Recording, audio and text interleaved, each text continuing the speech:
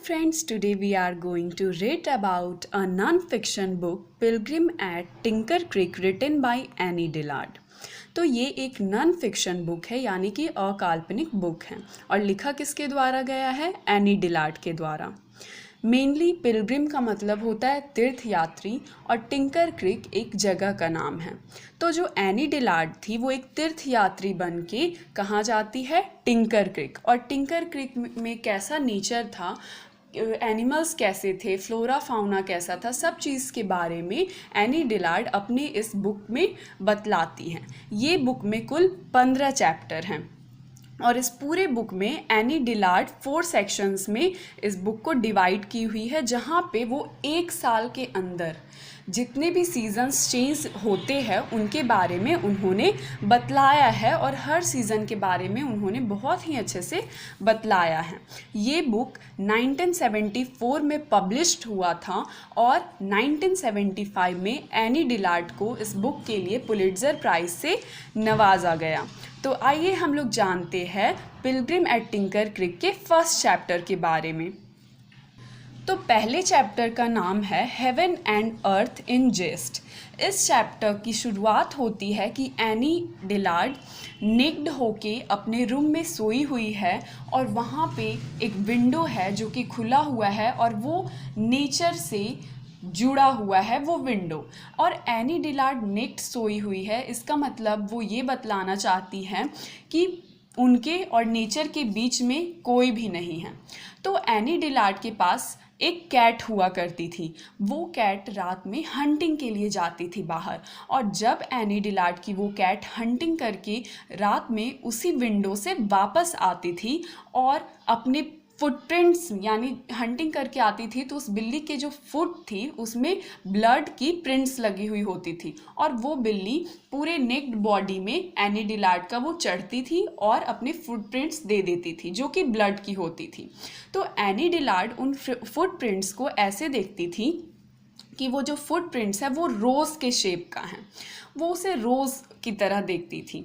और यहाँ पे एनी डिलार्ड ये बताना चाहती है कि ये जो नेचर है वो ब्यूटीफुल भी है और क्रूअल भी है। जैसे कि बिल्ली के जो फुट में वो ब्लड लेके आई थी हंटिंग करके, वो क्रूअलिटी को शो करता है कि उसने हंटिंग किया था, लेकिन उसके फुट से जो प्रिंट लगा एनी डिलार्ड के नेक्ड बॉडी पे वो क्या शो करता है? ब्यूटीफुलनेस को शो करता है, क्योंकि वो रोज़ की तरह था और रोज़ कैसा होता है? ब्यूटीफुल। और यहीं पे हमारे चैप्टर 1 का एंड होता है। जो चैप्टर 2 है उसका नाम है सीइंग और इसमें ये 10 सेक्शंस में डिवाइडेड है। इसमें एनी डिलार्ड ने बताया है कि जो इंसेक्ट्स वो देख रही है टिंकर क्रिक में वो कितनी जल्दी से उड़ जाते हैं, और जो बर्ड्स है वो ट्रीज़ में कहीं कहीं छिपे हुए हैं, जो कुछ क्षण की बात है और लोग उस प्रकृति की उस सीन को नहीं देख पाते कि इंसेक्ट कितनी जल्दी से आंखों के सामने से उड़ जाते हैं, बर्ड्स कहाँ छिपे हुए हैं। और छोटी छोटी घटनाएं जो कि आदमी के आंखों से दूर है और उसे देखने के लिए आदमी को बहुत ही ज़्यादा इंतज़ार करना पड़ेगा। जैसे कि कोई घूमने जाता है किसी भी प्राकृतिक जगह पे तो उसे सनसेट देखने के लिए या सनराइज देखने के लिए उसे बहुत ही घंटों तक वेट करना पड़ता है ताकि वो सनसेट या फिर सनराइज देख पाए। वैसे ही एनी डिलार्ड इस बुक में इस सीइंग चैप्टर में वो बताती है कि इंसेक्ट्स और बर्ड्स और जो छोटी छोटी घटनाएं टिंकर क्रिक में हो रही है उसे देखने के लिए लोगों को वेट करना पड़ेगा। एनी डिलार्ड लॉग का मतलब होता है जो पेड़ कट जाते तो उसके नीचे वाला जो पार्ट होता है उस पर वो एनी डिलार्ड बहुत देर तक बैठी रहती है और वो मस्करेट्स का इंतज़ार करती है मस्करेट्स को देखने के लिए। मस्करेट्स क्या होता है? चूहों की एक प्रजाति होती है, उसे देखने के लिए घंटों तक एनी डिलार्ड वेट करती हैं। और साथ ही साथ इस चैप्टर में एनी डिलार्ड ने कैटरेक्ट पेशेंट के साथ जोड़ा है। जैसे कि जिसे कैटरेक्ट की बीमारी होती है, मोतियाबिंद की बीमारी होती है, वो कई सालों तक नहीं देख पाता, लेकिन जब उसका फर्स्ट ऑपरेशन होता है और वो दुनिया को देखने के काबिल होता है तो उसे बहुत ही ज़्यादा प्रॉब्लम आता है देखने में। तो ऐसा बताया है कि कैटरेक्ट पेशेंट से एनी डिलार्ड ने नेचर को कैसे देखा जाए उससे कंपेयर किया है सेकेंड चैप्टर में। चैप्टर थर्ड है विंटर। इसमें एनी डिलार्ड ने बताया है फ्लॉक्स ऑफ स्टारलिंग्स, जो कि एक बर्ड होता है, उसका फ्लॉक्स, उसका झुंड के बारे में डिस्क्राइब कर रही है एनी डिलार्ड। और एनी डिलार्ड इस चैप्टर में कूक के बारे में भी बताती है, जो कि एक एक्वेटिक बर्ड होता है, पानी में रहने वाला बर्ड होता है, उसके बारे में भी एनी डिलार्ड बताती हैं। और साथ ही साथ वो फ्रॉग्स और टर्टल्स के बारे में बताती है कि कैसे मेढक और कछुए जो है वो मड कीचड़ के अंदर सो रहे हैं कहीं, ऐसा एनी डिलार्ड बताती हैं। और साथ ही जैसे ही शाम होता है तो एनी डिलार्ड जंगल में टिंकर क्रिक में आग लगा के फायर प्लेस के पास वो बैठती है, और साथ ही साथ वो ट्रैवलिंग की बुक्स पढ़ती है और नेचर रिलेटेड बुक्स वो पढ़ती हैं। चैप्टर 4 जो कि है द फिक्स्ड, इसमें एनी डिलार्ड इंसेक्ट्स और स्टार्स के बारे में बताती है कि इंसेक्ट्स और स्टार्स कितने स्टेबल है, एक ही जगह रहते हैं। और साथ ही साथ वो मैंटिस के बारे में बताती है, जो कि एक प्रकार का इंसेक्ट होता है। एनी डिलार्ड बताती है कि मैंटिस जो इंसेक्ट है वो अपने अंडे देते हैं, तो ढेर सारे अंडे देते हैं, जिसमें से कि एनी डिलार्ड ने एक अंडा अपने घर को ले आया और उसे अपने खिड़की के पास एक पेड़ के ब्रांच में उसे टांग दिया। चैप्टर 5 जिसका नाम है अनटाइंग द नॉट, इसमें एनी डिलार्ड बताती है स्नेक स्किन के बारे में, जो कि उन्हें एनी डिलार्ड को टिंकर क्रीक के फॉरेस्ट में मिला। स्नेक जो अपनी स्किन छोड़ता है वो मिला, और वो दिख रहा है एनी डिलार्ड को कि स्नेक का स्किन कितनी लगातार है। और उसी के साथ एनी डिलार्ड सीज़न को भी कंपेयर करती है कि जो सीज़न होता है, मौसम होता है, वो भी कितना लगातार चलते रहता है। यानी कि एक सीज़न के बाद कंटिन्यूअस एक सीज़न आता है, फिर कंटिन्यूअस एक सीज़न आता है, और उन सीजन्स के बीच में कहीं भी गैप नहीं होती। वैसे ही जो स्नेक का स्किन होता है उसके बीच में भी कहीं गैप नहीं होती है।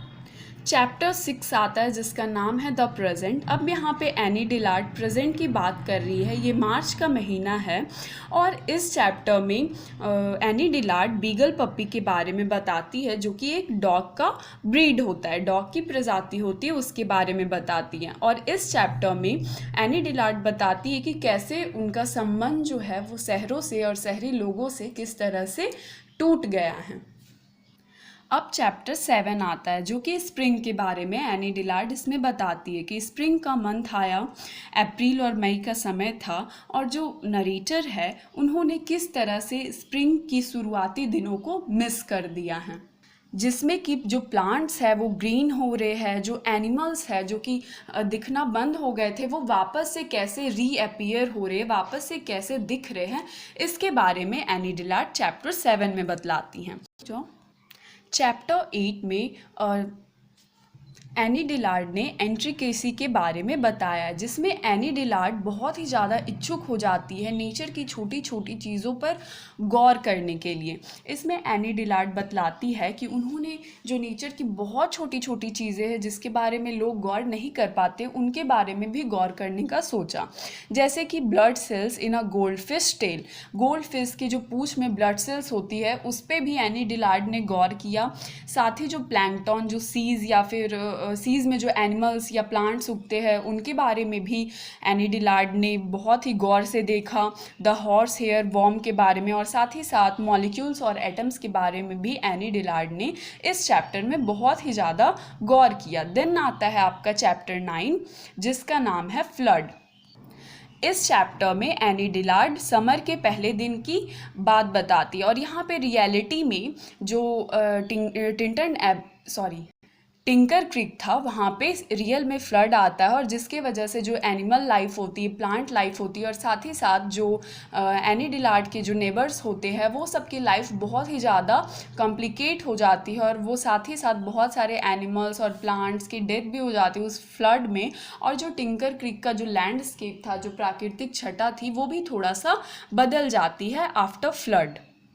चैप्टर 10 जिसका नाम है फेकेंडिटी। फेकेंडिटी का मतलब होता है फ्रूटफुलनेस। इसमें एनी डिलार्ड ने बहुत ही गौर से देखा कि जो प्लांट्स है, जो एनिमल्स है, वो कितनी जल्दी जल्दी अपने ऑफस्प्रिंग्स को वो जन्म देती है। जैसे कि फ़िश हो गया, फील्ड माइस हो गया, बैम्बो हो गया, वो सब अपने ऑफस्प्रिंग को जन्म देती है। लेकिन और बहुत ही ज़्यादा, जैसे कि हम फिश का एग्जांपल ले सकते हैं कि वो लाखों नंबर्स में वो एग प्रोड्यूस करती है, लेकिन उसमें से कुछ 10-20 ही सर्वाइव कर पाती पाते हैं। तो एनी डिलार्ड का मेनली इस चैप्टर में कहने का मतलब ये था कि हम लोग जो अपने लाइफ में काम कर रहे हैं वो अपनी जो लाइफ है, अपना जो जीवन है उसके लिए काम कर रहे हैं या फिर जो हमारी मृत्यु होने वाली है उसके लिए काम कर रहे हैं। ये एनी डिलार्ड इस चैप्टर में बतलाना चाहती थी। चैप्टर 11 जिसका नाम है स्टॉकिंग, इसमें एनी डिलार्ड मेनली बताती है कि अब गर्मी का समय जल्दी से आ रहा है, तो एनी डिलार्ड है वो जल्दी जल्दी ऐसे जानवरों का पीछा कर रही है, उन्हें स्टॉक कर रही है, जैसे कि फ़िश, बगुले या फिर मस्क्रेट्स जो कि चूहे होते हैं, उनका वो पीछा करने में लग गई है जो कि जल्दी ह्यूमन को दिखती नहीं है।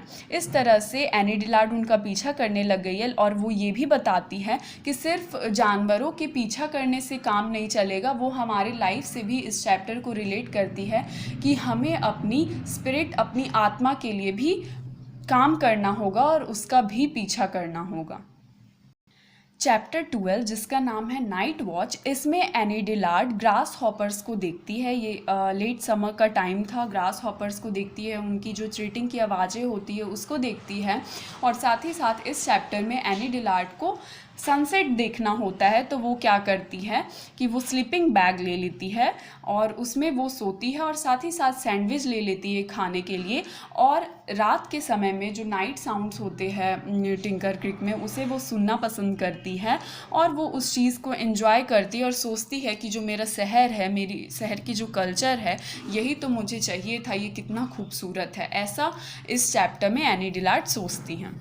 दिन आता है आपका चैप्टर 13 जिसका नाम है the horns of the alter. इस चैप्टर की शुरुआत होती है मिड सितंबर से, सितंबर महीने की बीचों बीच से। और यहाँ पे एनी डिलार्ड जो है पैरासाइट्स और जो पेस्ट्स होते हैं उनके लिए वो बहुत डीपली सोचने लग जाती है, उनके बारे में बहुत ही डीपली वो सोचने लग जाती हैं। और वो इस चैप्टर में ये बताती है कि ये जो नेचुरल वर्ल्ड है, प्राकृतिक दुनिया है, यहाँ पे जो क्रिएचर्स होते हैं वो एक दूसरे को खा जाते हैं या फिर और जो काउजेज होती है उनकी वजह से भी उनकी डेथ हो जाती हैं। चैप्टर 14 जिसका नाम है नॉर्थिंग, और ये चैप्टर अक्टूबर और नवंबर के ख़त्म होने के बारे में बताता है कि जब अक्टूबर और नवंबर ख़त्म होने वाला होता है और बहुत ही कड़ी सर्दियाँ पड़ने वाली होती हैं, जो बटरफ्लाइज होते हैं और गीज़ जो होती है वो जल्दी जल्दी से साउथ की तरफ माइग्रेट करने लग जाती है ठंड से बचने के लिए। लेकिन जो एनी डिलार्ड है वो नॉर्थ की तरफ जाना चाहती है, क्योंकि उसे लगता है कि नॉर्थ की तरफ जो भी हवा आने वाली है सर्दियों की, जो भी अच्छी फीलिंग्स उन्हें वहाँ पे मिलने वाली है, कहीं वो मिस ना कर दे। और जब उन्हें वहाँ अकेलापन मिलेगा तो शायद उनके और भगवान के बीच का जो रिश्ता है वो खुल जाए और उन्हें भगवान भी दिख जाएं। चैप्टर 15 जिसका नाम है द वाटर्स ऑफ सेपरेशन। जैसा कि हम इस टाइटल से समझ रहे हैं कि पुराने समय में जो अनक्लीन वाटर होता था उनको क्लीन करने के लिए जो भी चीज़ें यूज़ की जाती थी, जो भी फार्मूलाज यूज़ किए जाते थे, उसके बारे में एनी डिलार्ड बात करती हैं। और इस चैप्टर में जो एनी डिलार्ड है वो एक बी को फॉलो कर रही होती है और फॉलो करते करते उसके पीछे जाती है। और साथ ही साथ इस चैप्टर में वो जो एक ईयर जिसके बारे में अभी तक उन्होंने चैप्टर 14 तक उन्होंने डिस्क्रिप्शन दिया, उसके बारे में बतलाती है कि कैसे कैसे समय बीता और एक साल में सीजन्स चेंज हुए। डिलार्ड जो है वो टिंकर क्रीक को बहुत ही ब्यूटीफुल जगह शो करती है कि वो जगह जो है वो बहुत ही ब्यूटीफुल है, लेकिन साथ ही साथ वो ये भी शो करती है कि वो बहुत ही मिस्ट्रीज़ के साथ भरा पड़ा है। और जो लोग हैं वो कभी भी जो छोटी छोटी चीज़ है, जो छोटे छोटे इंसेक्ट्स हैं, उनके बारे में कभी भी वो डीपली जान ही नहीं सकेगा। तो इस चैप्टर से एनी डिलार्ड का एक ही मकसद था कि वो किसी भी तरह से भगवान को समझ पाए और भगवान तक पहुंच पाए कि भगवान कहाँ है, भगवान होते क्या है, और भगवान ने इन क्रिएचर्स को कैसे बनाया जो कि इतनी ज़्यादा मिस्टीरियस है, और भगवान ने जो ये दुनिया बनाई है वो कितनी ज़्यादा मिस्ट्रीज से भरी हुई है और साथ ही साथ ब्यूटीफुल भी है, प्लस वो क्रूअल भी है। प्लीज़ अगर आपको ये वीडियो पसंद आया हो तो लाइक करें, शेयर करें और कमेंट करना ना भूलें। Thank you friends for watching my video and listening it.